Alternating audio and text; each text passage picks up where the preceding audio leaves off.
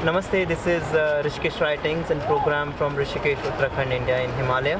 And we brings you the guest who's been living since long time in Rishikesh and their experiences, journey toward the Rishikesh.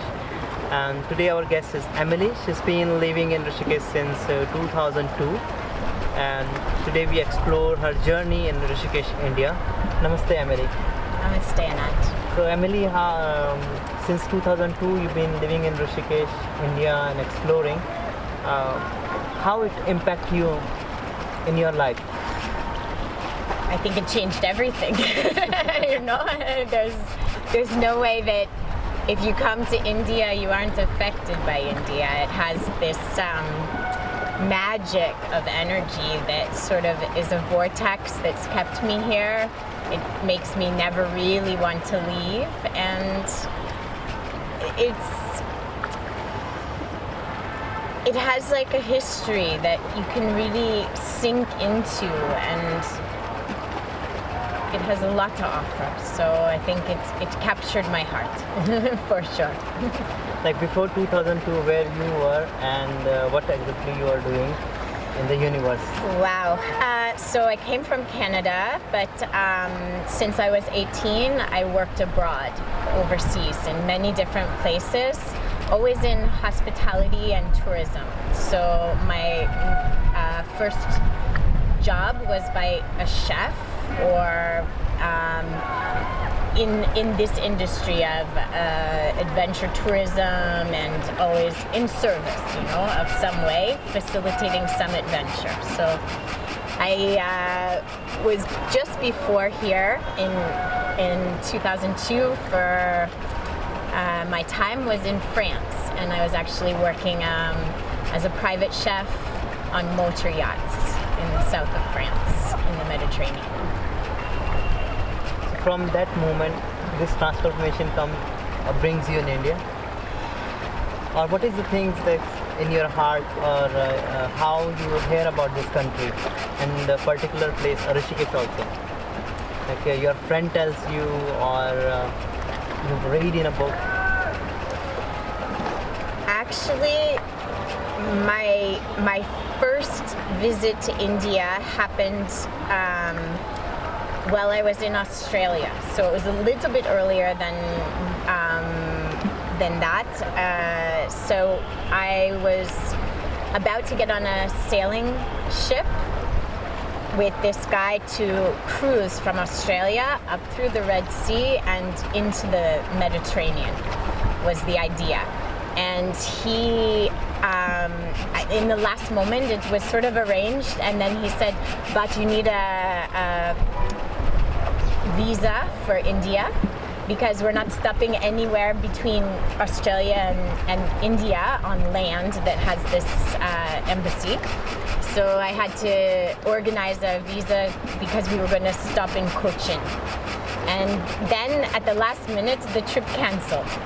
So he changed plans. I had to return to the States, and I was left with a visa to India and no ticket out of Australia. And I had to leave Australia very soon because my time was finishing there. So I thought, well, I don't know what to do.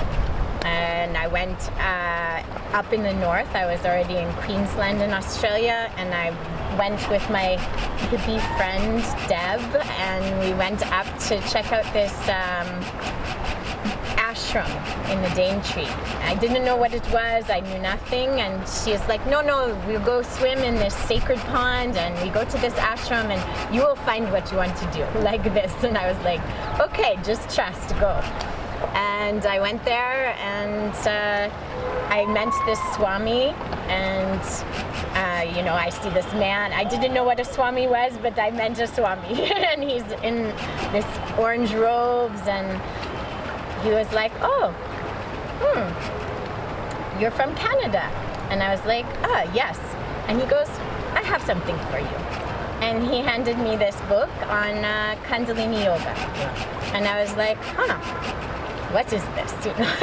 And I was like fascinated. I read the book, and it was a gift. And then really, I was so intrigued by what I read about this energy, this Kundalini yoga.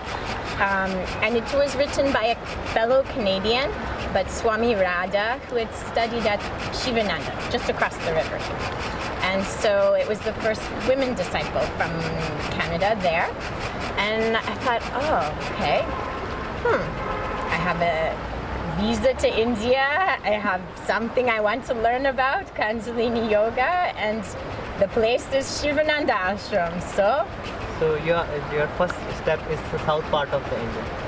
No, here at this Shivananda. This Shivananda. Yeah, in Rishikesh. So I looked where she had studied, and she studied with Shivananda here, not in the south. I've never actually been to the ashram in the south. And so I decided, without really thinking too much more, I booked the ticket, came to Delhi, took an overnight bus ride to Rishikesh, walking off the bus in the middle of the night to find Shivananda Ashram, and arrived. When you arrived that time, how was the Rishikesh that time, and now you see a different Rishikesh? Wow. How you define the moment? Well, I arrived into the darkness, and the ashram was closed, and so I'm waiting for it to open, and really, it was so quiet. It was like the lockdown period of the pandemic. So, the lockdown for me is very comfortable and familiar because it was like how I found Rishikesh in the beginning. In this more gentle, soft, quiet, little bit calmer, more meditative, not so many tourists, pilgrims here on a spiritual journey, So I felt I was at home, like in my own journey. So now how you see the Rishikesh, and what you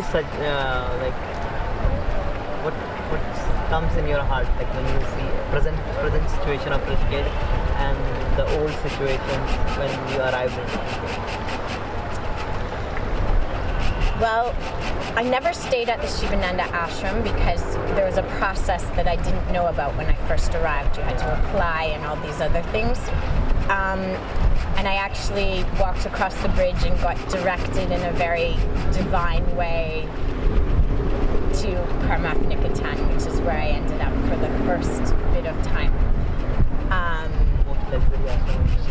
It was the luxury ashram, but it was also what was offering Kundalini yoga. So they both are offering a Kundalini yoga. Yes. So both had elements of this, and teachers that were. But what I didn't realize when I came was that this Shivananda was a forest academy and more for men at this time oriented. So they didn't really know what to do with a woman arriving. So I went, somewhere else, and it was kind of a divine intervention. Someone directed me to there, and also said, "Are you Canadian?" and sent me in this way to find another Canadian that was already in Paramath. And so I ended up taking over her job on reception there, and just looking after things, and met my two teachers, an Iyengar teacher and a Kundalini teacher in this place.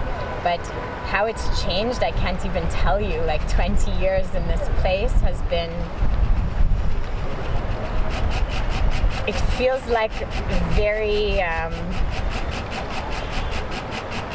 it's almost like two different places, I would say, because one place was very under-discovered and much more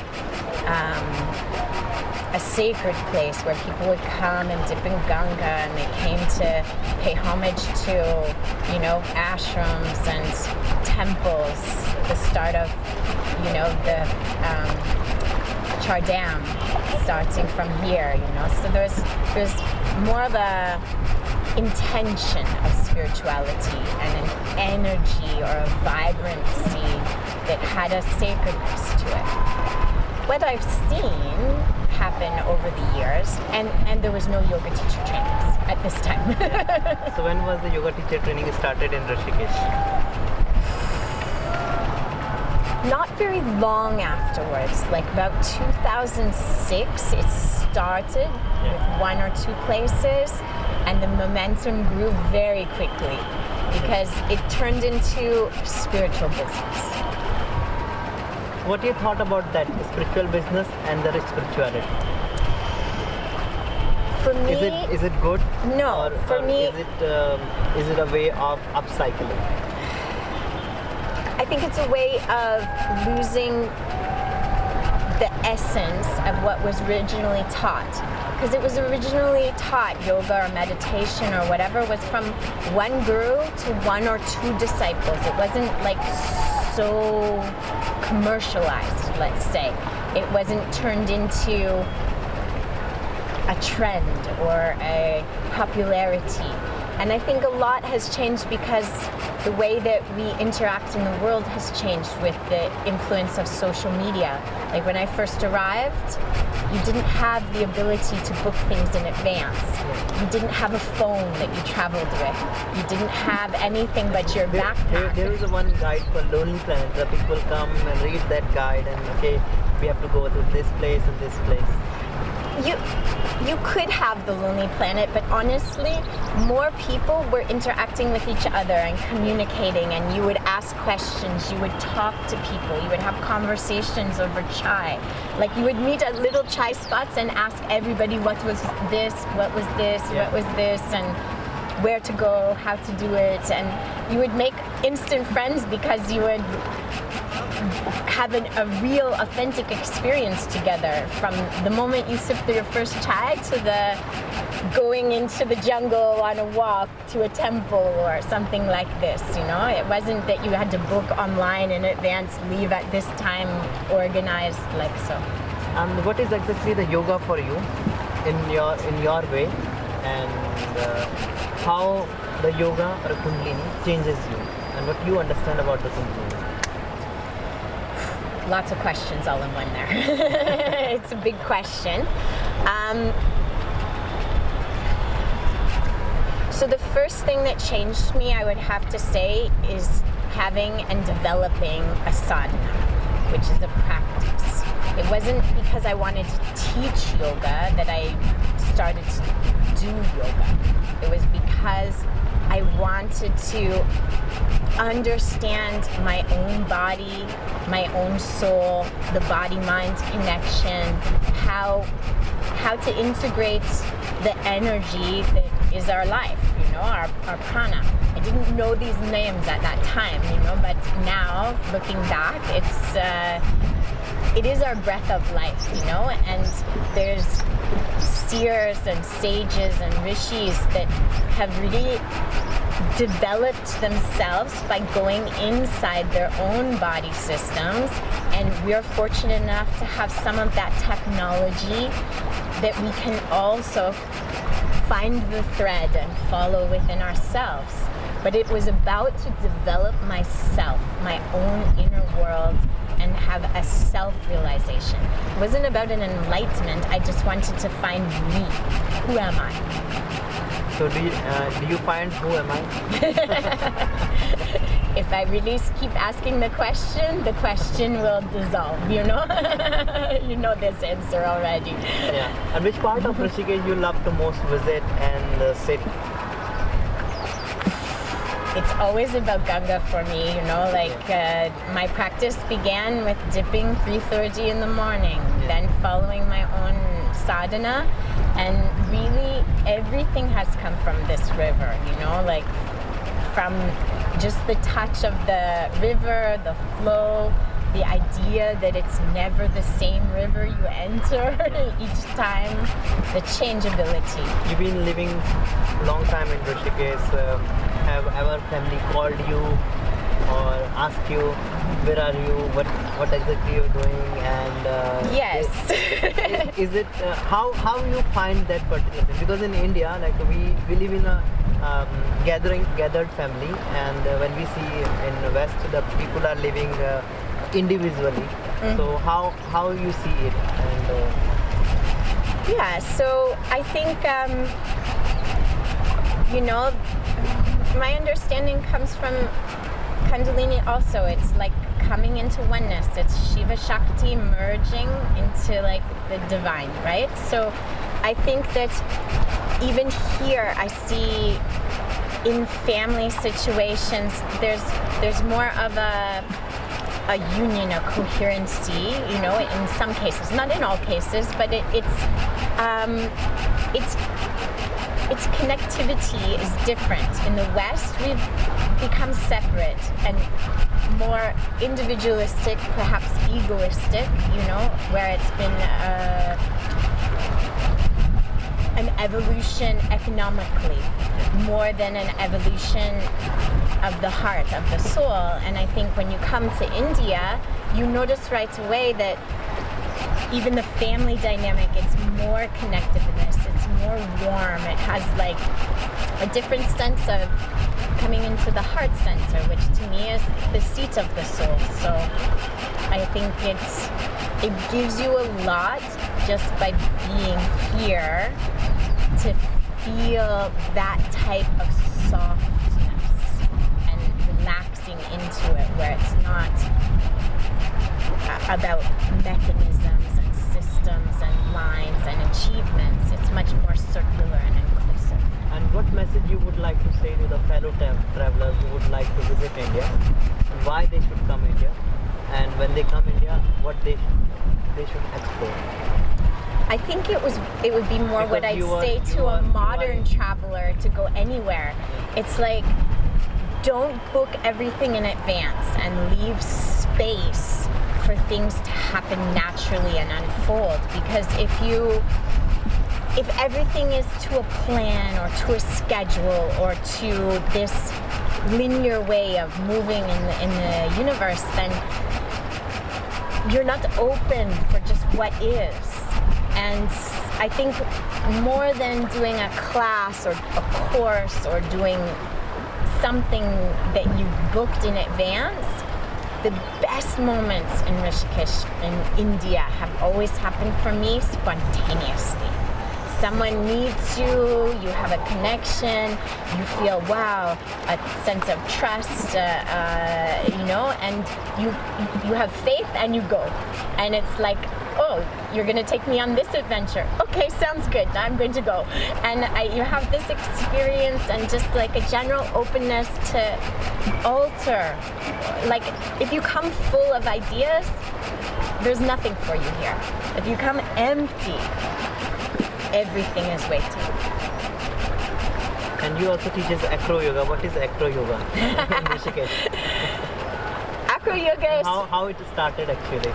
Acro Yoga is my idea of coming into your clown chakra, you know, so like a little bit of fun, you know. It's not a serious thing. It's actually a combination of acrobatics and some yoga moves, but you're using a lot of the techniques of yoga to make this possible. So it's connection.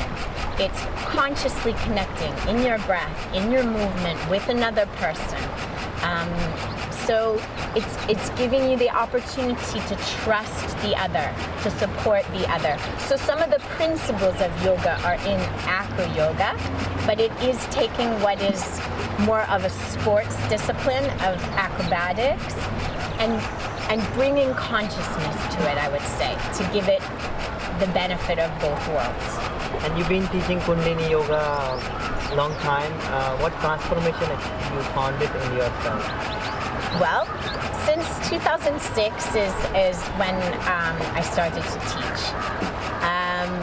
And as I said, it was my first practice. It's my sadhana. It's my everything. You know, really, Kundalini. It fuels me with a sense of energy that anyone can discover within themselves, but it's just finding your way into your own system and seeing how that innate dormant energy is available for you in each breath. And is Rishikesh safe for the women? I think there's... What's your experiences in living and walking in the world?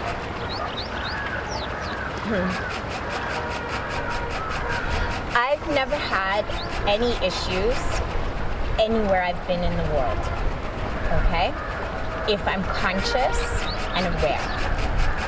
But I think what happens is people become complacent about their surroundings. They get to feel comfortable, and then they could also put themselves in a different situation. If you're not in your own power and in your own strength, then you're creating this idea that you could be susceptible or victimized if you're not standing in your own strength. This is my idea. I've never found an issue, but there are some friends, different people who have moved in and out of Rishikesh, especially I think more in the beginning because there was less, how can I say, foreigners here then, and access to women for Indians in general was not available. So they would approach you thinking you're like someone in a movie and that they can talk to you in any way, or they want to, reach you, touch you, because it's like, in the beginning my hair was very attractive to many people, It's a kind of the superstars. Like, it's just the unknown, right? I feel more like even women, men in the very beginning, because I was perhaps the first foreigner they saw, right? And this didn't just happen in India, it's happened in other countries that I've been to as well. I stand out more than someone with dark hair or, olive-colored skin, perhaps, right? So, they're reaching. You've been traveling since a long time. You've been traveling so many countries around the world. Yeah. And what is your experiences toward the India? Well, India was like home right away. The sense of it, for me, it really felt like it embraced me, and it took my heart, really. And it's very hard to leave that. I travel to other places and I go to different spaces, but there's something here in the richness of the energy, in the traditions, in the culture, that feels very grounding and also very chaotic. And it's the extremes of India that I love. It's that you never come to India and go, oh yeah, India, it's okay. It's like India, the colors, the flavors, the smells, it's like you're very excited about it and it's all this high. Or it's the opposite. It's like, oh my God, India, the noise, the pollution, the traffic, the smell, like the garbage. It's one or the other, It's never the middle path sometimes here. So is it we can say this is the wisdom box? Maybe it's like, it's giving you the opportunity to see both ends of the spectrum, and find your own center, find your own middle space, so that the chaos and the calm, you can hold this in you, And how do you find working with the Indian people and working with the Western people? Like you already worked in so many around in the world. Even you worked with the British. Mm-hmm. You work with the American. Yeah. You also work with Indian people. Yes. Yeah. So how you define this? So I also I have been motorcycle tour guiding here and teaching yoga, so I've had a couple different capacities of jobs, let's say, one where I'm a lead tour guide and one where I'm leading in a classroom. So similar roles, but very different situations and very different people that you deal with, right?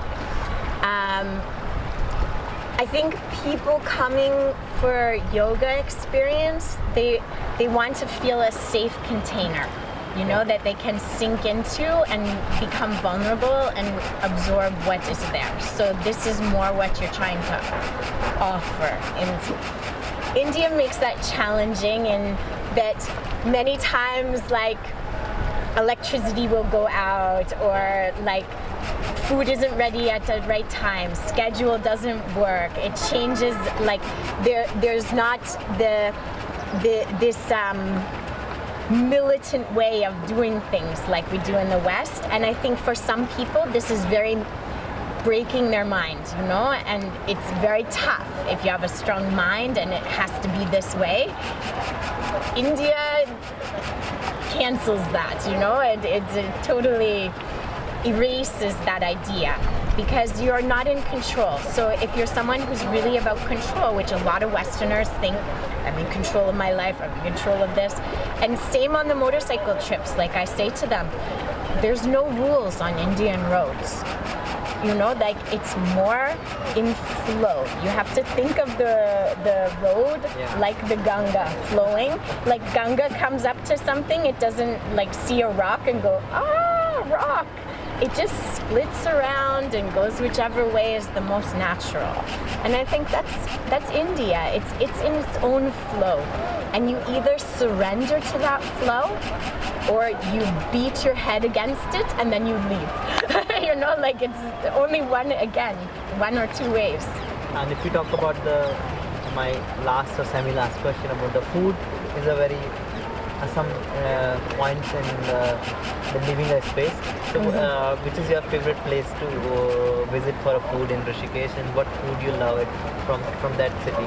Oof, it's difficult one for me to say. Obviously, I'm a chef, so I cook a lot of my own foods, you know, and I love the fusion of using Indian techniques to create my own things, you know, and merge the two, Western and Eastern way, I think is always the nicest. So you cook your food almost by yourself? Yeah, a lot of the time, you know. What exactly you cook? It depends, like I said, but I'm using, I like lots of simple foods that are more, you know, salads and like lighter meals. Yeah. You know, if I'm at home, I'm usually making something that's more Mediterranean style. I will say they like with this vegetarian light, like falafel, hummus, baba ganoush. You know, I make my own breads, focaccia. I make pizza myself, like all of these type of things. This is more Western, you know. But if I'm combining things, like I also very much like this sag, and like the greens here, the mustard greens are really beautiful, and palak paneer is a really lovely thing, or bagan buria. Like it's like, you know, very delicious. Yeah, there's many dishes that I love. I just don't like that a lot of things are cooked for too long for me, or they're fried. I'm not about frying things, but the tandoori, wow, beautiful. So if you would like to get opportunity to work in India, what work would you choose? For sure, it would be like yoga retreat tours, because it would combine my two worlds, you know, of doing tour guiding, which I love, and I can share that experience with others, and then also to incorporate, you know, what I've learned in yoga and give this back. I've also toyed with the idea, I teach women how to motorcycle ride here, and I've so you are a teacher also, so if somebody would like to come, so here's a teacher for understanding the bike. Yes, exactly, and I can actually do the whole bike through the chakra system of how to understand it now, you know, so I would love to take this and introduce to all women around India and the world even that it could be Enfield's estrogen, like the woman hormone, and enlightenment tours, you know, like this. So this is the Amy from Rishikesh. Thank you, Amy, for joining us on this beautiful conversation. We will below down mention the Emily details, so you can connect whenever you visit Rishikesh. For that, until namaste, keep share the Rishikesh writings, and we will share the new content in our shows. Thank you for being with us.